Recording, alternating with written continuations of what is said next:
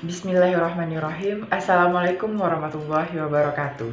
Hidup mahasiswa, salam akademika. Kembali lagi di Himaskatun, Himaska Tutorial Online. Bersama saya, Erbaginda Maulana, saya dari program studi S1 Statistika Angkatan 2019. Baiklah, pada kesempatan kali ini, saya akan menjelaskan salah satu mata kuliah semester awal program studi statistika, yaitu metode statistika. Materi yang akan saya jelaskan adalah mengenai distribusi frekuensi dan ukuran pemusatan dan letak data. Video ini bertujuan untuk menguatkan kembali pemahaman materi mahasiswa baru mengenai pelajaran statistika dasar.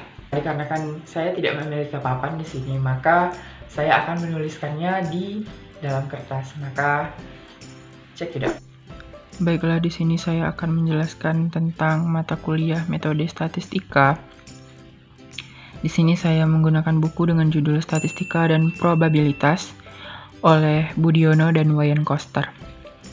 Baik, bab yang akan saya jelaskan pada video ini mengenai distribusi frekuensi dan ukuran pemusatan dan letak data. Saya akan mulai dengan distribusi frekuensi. Distribusi frekuensi.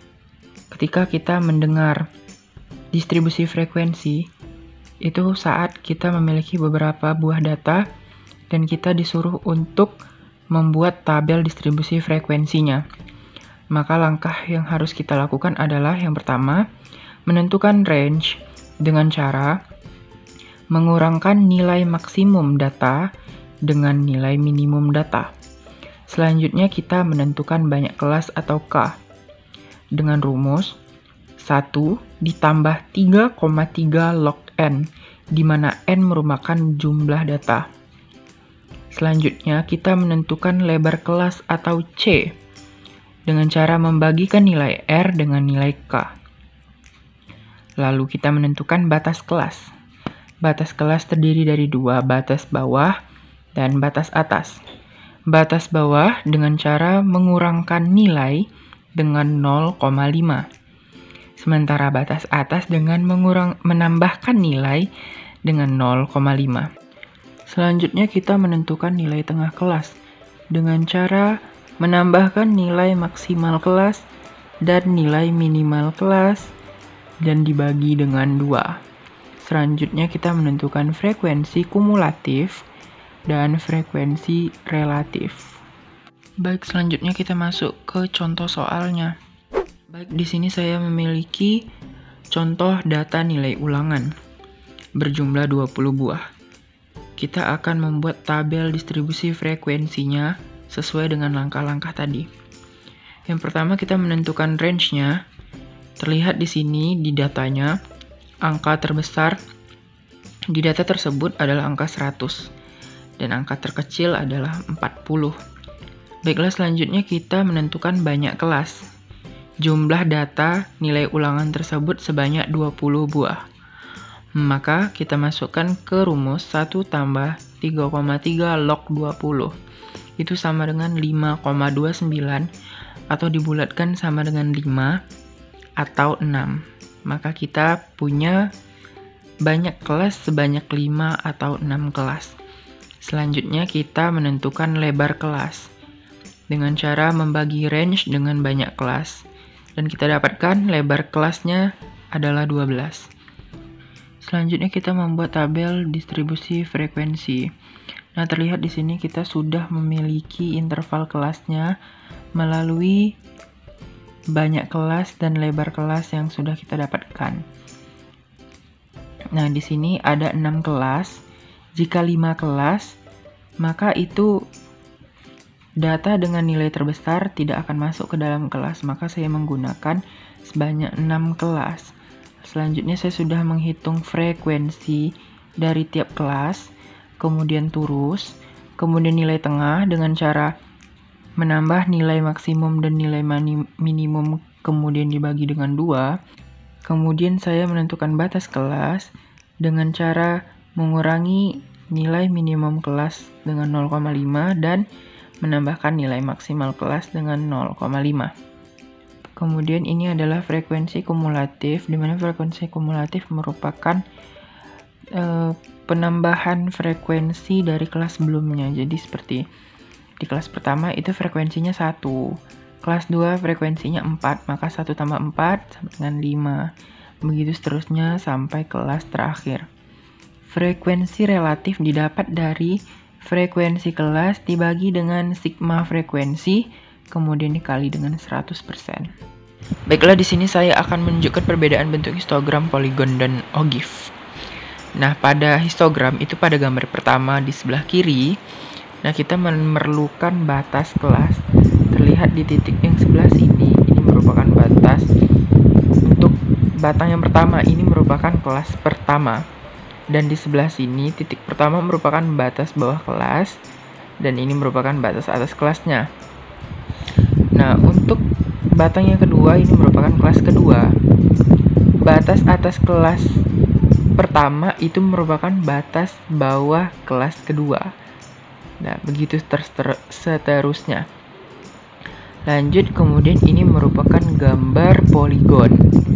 Nah, terlihat di sini dia memerlukan nilai tengah.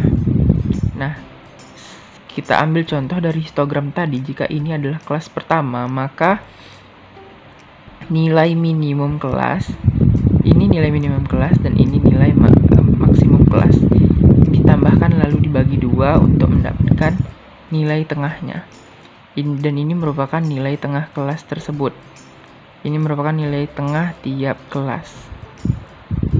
Nah, selanjutnya ada ogive. Ogive terdiri dari 2, ogive lebih dari dan ogive kurang dari. Ini merupakan contoh ogive lebih dari. Maka bentuk ogive-nya naik dan dia memerlukan frekuensi kumulatif dan nilai tengah.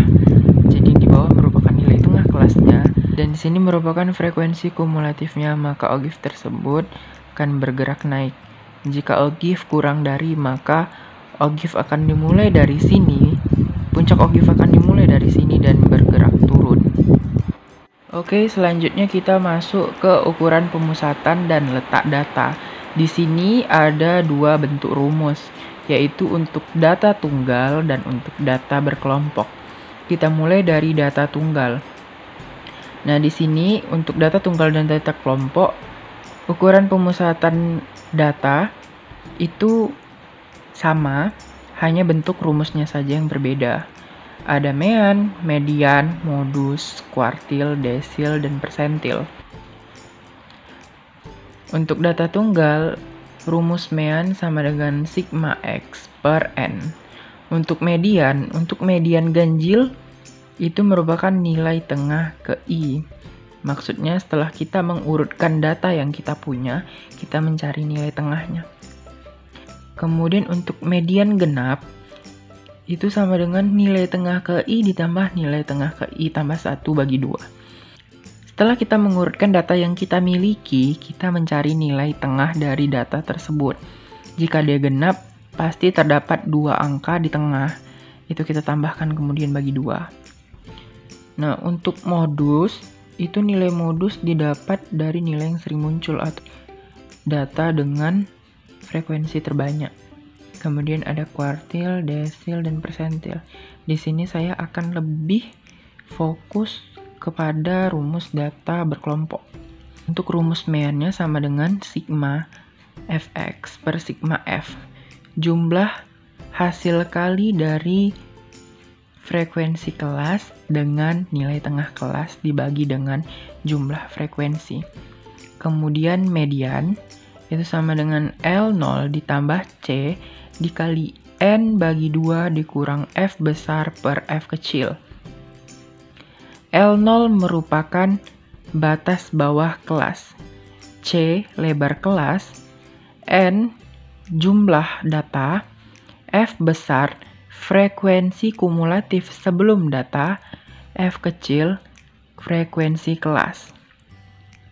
Kemudian untuk rumus modus sama dengan L0 ditambah C dikali B1 dibagi B1 tambah B2, di mana B1 merupakan selisih antara frekuensi kelas dengan frekuensi sebelum kelas, sedangkan B2 adalah selisih antara frekuensi kelas dengan frekuensi setelah kelas. Dan ini merupakan formula hubungan antara mean, median, dan modus, di mana mean dikurang modus itu sama dengan 3 kali mean dikurang median. Kemudian kita masuk ke rumus kuartil. Rumus kuartil, desil, dan persentil pada data berkelompok itu hampir sama dengan rumus median. Yang membedakannya hanyalah angka yang membagi nilai N. Pada kuartil, itu rumusnya sama dengan L0 ditambah C dikali IN per 4 dikurang F besar per F kecil. Pada desil, IN dibagi dengan 10. Pada persentil, IN dibagi dengan 100. Untuk lebih mudahnya, mari kita masuk ke contoh soal. Baik, di sini saya sudah memiliki contoh soal berupa data berat badan dengan jumlah data sebanyak 31 data dengan jumlah kelas atau banyak kelas sebanyak 7 kelas dan dengan lebar kelas adalah 9. Nah, di sini saya sudah mencari nilai tengah tiap kelas, kemudian saya sudah mencari frekuensi kumulatif tiap kelas, dan kemudian saya mencari fx atau frekuensi dikali dengan nilai tengah kelas. Baik, kita masuk ke mean. Rumus mean adalah sigma fx per sigma f. Baik, di sini saya sudah menjumlahkan nilai fx tiap kelas.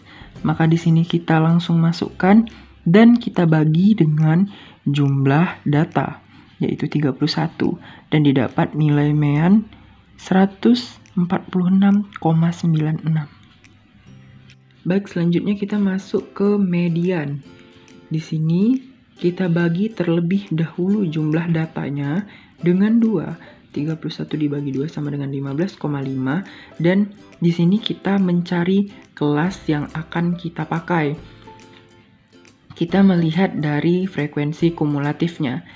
Pada kelas pertama, nilai 15,5 belum mencapai. Di kelas kedua juga demikian. Nah, di kelas ketiga, 15,5 kecil dari 16 dan besar dari 7. Maka 15,5 masuk ke kelas ketiga. Maka di sini L0-nya atau batas bawah kelas kita menggunakan kelas ketiga, yaitu 136 dikurang 0,5 itu sama dengan 135,5. Kemudian ditambahkan dengan lebar kelas yaitu 9. Kemudian dikali dengan nilai N dibagi 2 adalah 15,5, dan frekuensi kumulatif sebelum kelas adalah 7. Lalu dibagi dengan frekuensi kelas.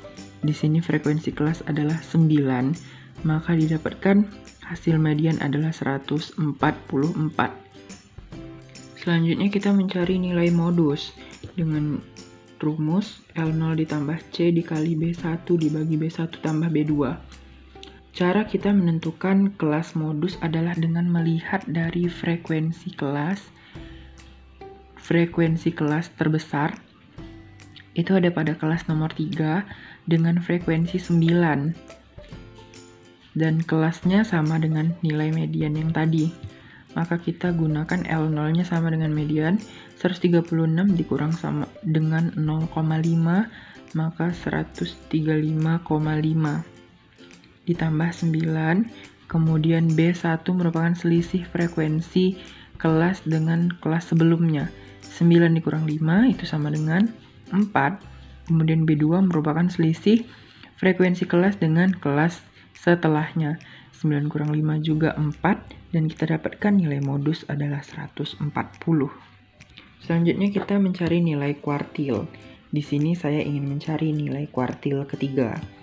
Nah, jika pada median tadi rumusnya merupakan N per 2, di sini merupakan IN per 4, di mana I merupakan nomor kuartilnya.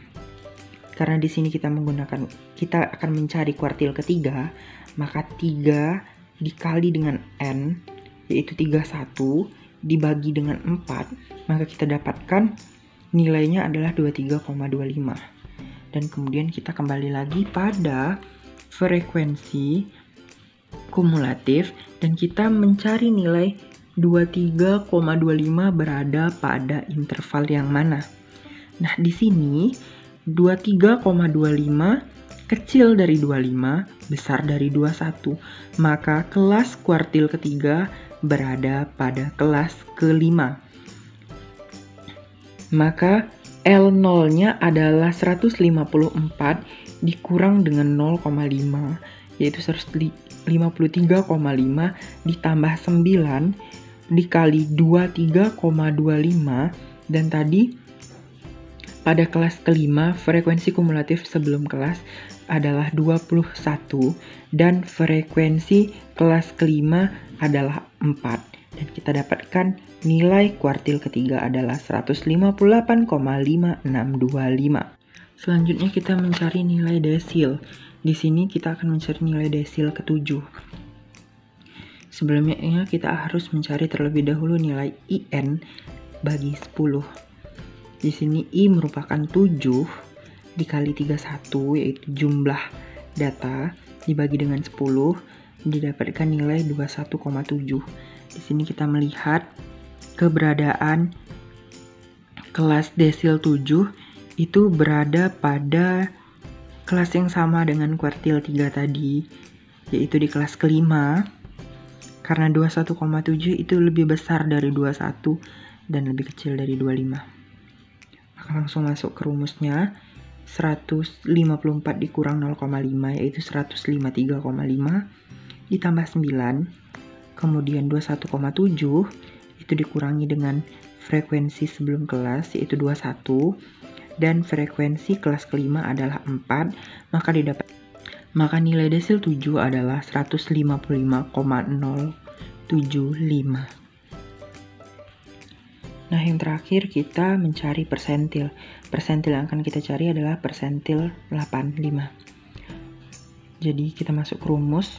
Kita mulai dengan mencari nilai IN per 100.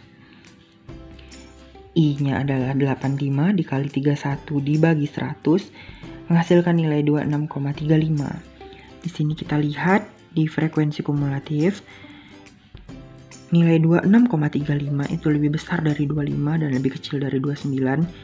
Maka kelas persentil 85 terdapat pada kelas ke-6, di mana L0-nya adalah 163 dikurang 0,5 menjadi 162,5 ditambah 9 dikali 26,35 dikurangi frekuensi kumulatif sebelum kelas itu 25 dan frekuensi kelas 4. Dan kita mendapatkan hasil persentil 85 adalah 165,5375.